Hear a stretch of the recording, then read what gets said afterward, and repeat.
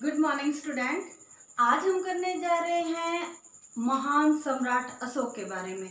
देखिए स्टूडेंट, जब भी इतिहास के पन्नों को दोहराया जाता है या पलटा जाता है तो एक महान सम्राट की बात जरूर सामने आती है। महान सम्राटों का जब भी जिक्र होता है तो अशोक सम्राट का जिक्र सबसे पहले होता है। तो आज हम एक ऐसी स्टोरी से शुरुआत करने जा रहे हैं जो एक ऐसे बच्चे की कहानी है जिसका जन्म तो राज परिवार में हुआ, लेकिन उसको वो मान सम्मान, उसकी माता को वो मान सम्मान नहीं मिला। तो उनकी माता को सम्मान दिलाने के लिए उसने काफ़ी एफर्ट की और बाद में दिलवाया भी। तो शुरुआत करते हैं हम अशोक सम्राट के बचपन से। तो बचपन से ही प्रतिभा तो झलकती है। कहते हैं ना, पूत के पाँव तो पालने में ही दिखाई दे जाते हैं। उसी प्रकार अशोक के जो एक तरह से लड़ाई करने की जो कला थी वो बचपन से ही दिखाई दे रही थी। तो उनको क्या किया गया, प्रशिक्षण दिलवाया गया और एक तरह से उनको बहुत अच्छे से ट्रेनिंग दी गई और आगे चलकर वो एक बड़े योद्धा बने। जैसे जैसे अगर हम आगे इतिहास की बात करते हैं तो पाते हैं कि अशोक ने अपने 99 भाइयों की हत्या की और उसके बाद राजगद्दी पर बैठा। तो इनका इतिहास काफ़ी बड़ा है, तो हम बिल्कुल सिलेक्टेड पॉइंटों से बात करेंगे इसकी। तो चलिए शुरुआत करते हैं हम अशोक के इतिहास की। सबसे पहले तो देखते हैं कि इतिहास में चक्रवर्ती जो सम्राट अशोक है उसका मतलब क्या है, अशोक का मतलब क्या है, अशोक का अर्थ क्या है। तो अशोक का अर्थ है शोक मुक्त या चिंता रहित।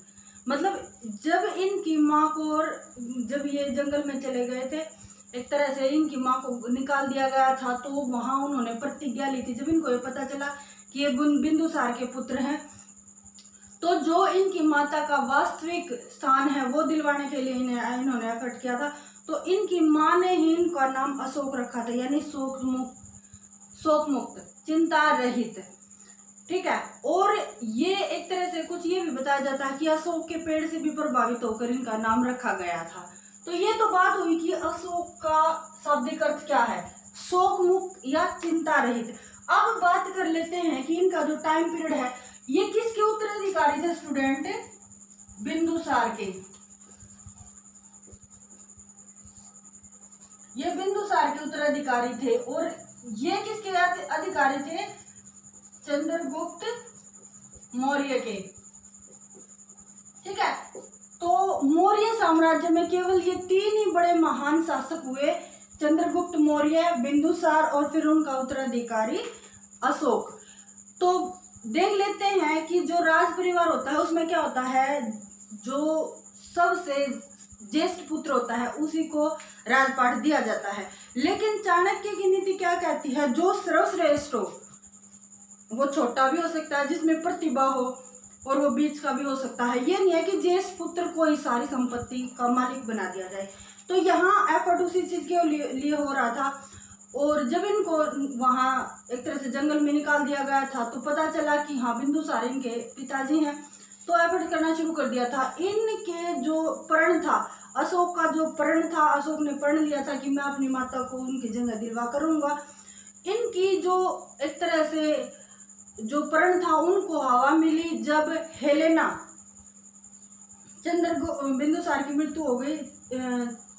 चंद्रगुप्त की मृत्यु के बाद बिंदुसार का शासनकाल आया और जो हेलेना थी, जो अशोक की दादी थी, वो क्या थी, एक तरह से अपने पुत्र जस्टिन को ही सम्राट बनाना चाहती थी। लेकिन चाणक्य उस समय हेलेना से और जस्टिन से मौर्य साम्राज्य को बचाना चाह रहे थे कि कैसे भी ये जस्टिन शासक न बन जाए। ये सारी चीजें एक तरह से मौर्य साम्राज्य में चल रही थी। तो उसी समय अशोक को भी पता चल गया था कि वो बिंदुसार का पुत्र है, तो उसने अपने काम को अंजाम दिया और आगे चलकर फिर आप सोच रहे होंगे कि जब बिंदुसार की मृत्यु के बाद जो ये टाइम पीरियड है वो कैसे, एक तरह से कोई ना कोई तो रहा होगा राजगद्दी पर, लेकिन ऐसा नहीं था। अशोक ने क्या किया था, अशोक ने सबसे पहले अपने दुश्मनों को, एक तरह से जो साम्राज्य को हड़प सकते थे, अपने 99 भाइयों की हत्या की। उसके बाद एक भाई को छोड़ दिया था और 269 में उनका राज्याभिषेक हुआ। और इनका टाइम शासनकाल की बात करूं तो मैं 269 टू 232 तक, यानी कि 232 BC बिफोर क्राइस्ट से पहले की हम बात कर रहे हैं। ठीक है, उनके क्राइस्ट के जन्म से पहले की हम बात कर रहे हैं। तो यहाँ उनकी मृत्यु हो जाती है, यानी 232 में उनकी मृत्यु हो जाती है। राज्याभिषेक 269 BC में होता है। तो अब बात कर लेते हैं जो फैक्चुअल फैक्ट है उनकी। तो जन्म की बात करें तो पाटलिपुत्र में इनका जन्म हुआ, जो कि मगध है। अगर अब की बात करें कि अब वो मगध कहाँ है, तो वो अब मगध है आधुनिक बिहार में। इनकी उपाधि थी देवाना प्रिय, प्रियदर्शी। यहाँ देवाना प्रिय का मतलब होता है मनोहर मुखाकृति वाला, जिसका सुंदर चेहरा हो, जो दूसरे को अपनी ओर आकर्षित कर ले, मनोहर मुखाकृति।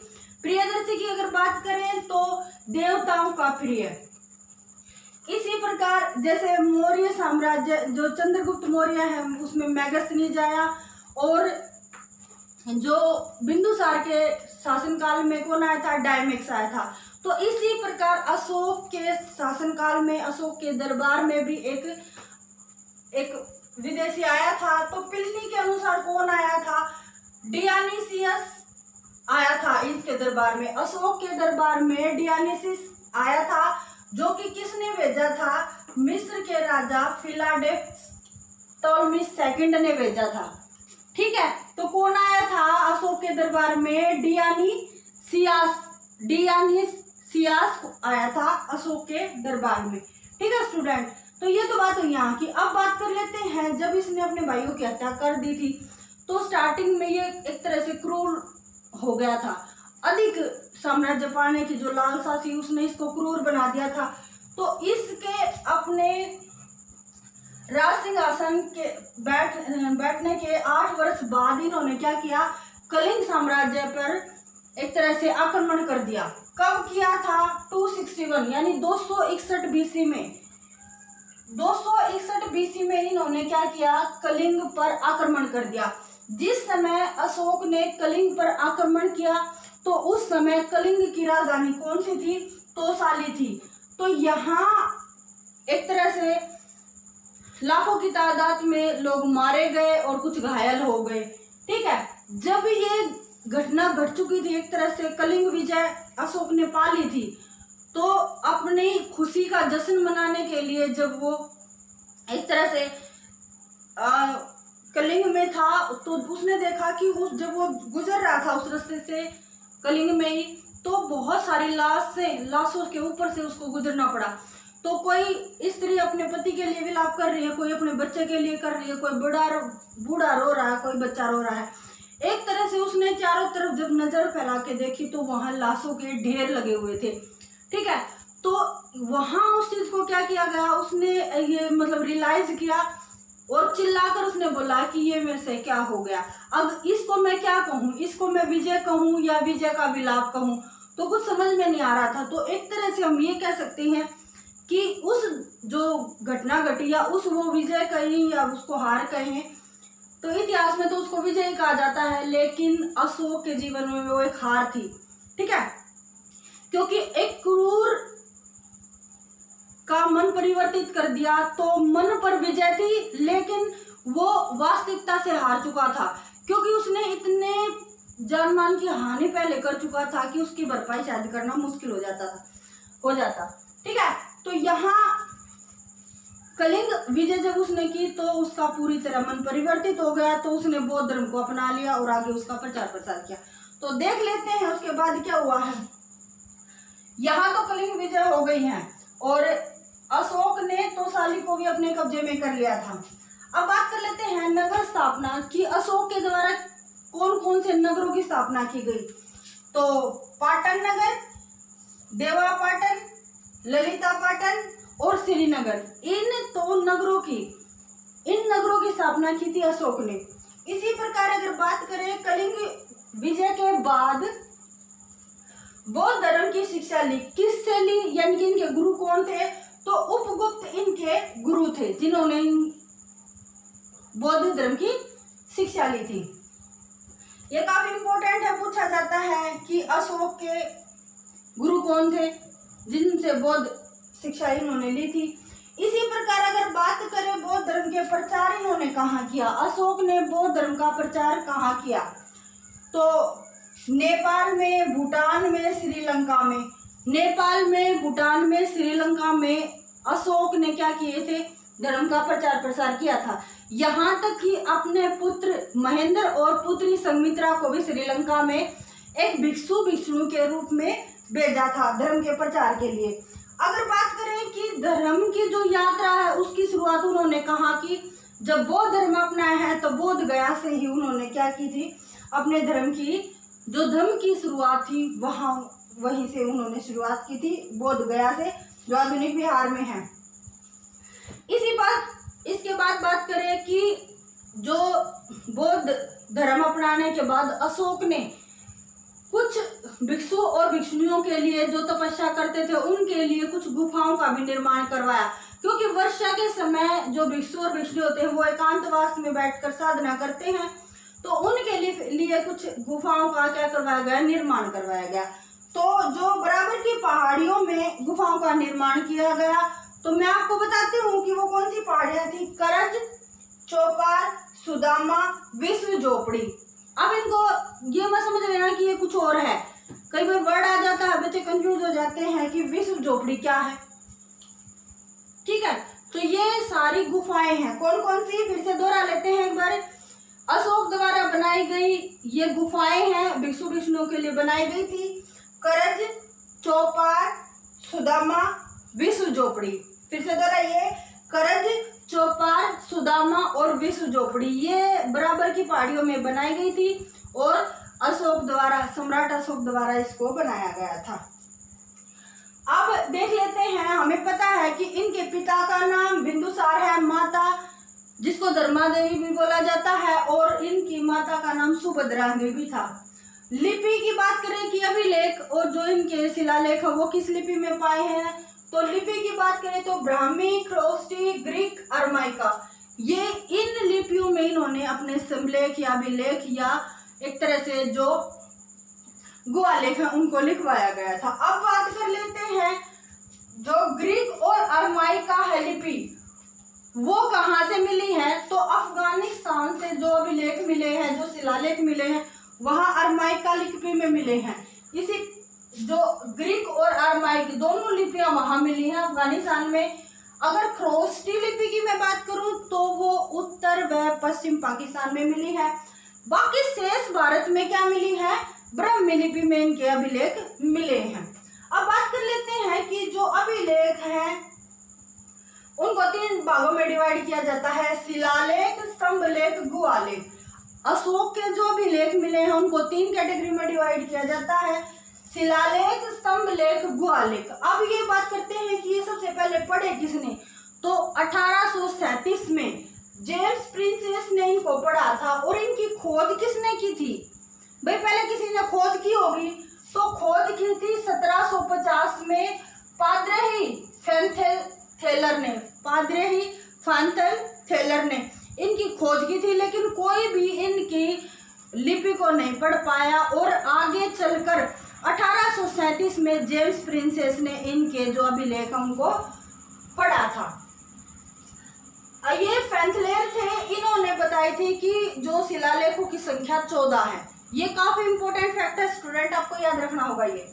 अब बात कर लेते हैं कि सबसे लंबा अभिलेख कौन सा है इनका, तो 7वां अभिलेख इनका सबसे लंबा अभिलेख है। सबसे छोटा पूछा जाए तो रूमीदेई सबसे छोटा शिलालेख है। कई बार क्वेश्चन पूछा जाता है कि अशोक के किस शिलालेख से हमें पता चलता है कि अशोक ने ये कहा था कि सभी मेरे बच्चे हैं, कि प्रजा के जितनी भी प्रजा वो सभी मेरे बच्चे हैं। तो सभी मेरे बच्चे हैं ये मिला है प्रथम शिलालेख से, कि अशोक ने ऐसे कोटेशन लिखी है कि सभी में जो प्रजा है वो सभी मेरे बच्चे हैं। ठीक है, तो ये कोटेशन हमें मिला है प्रथम शिलालेख से, जो कि अशोक के द्वारा लिखवाया गया था। कौशाम्बी अभिलेख को क्या कहा जाता है, रानी का अभिलेख कहा जाता है।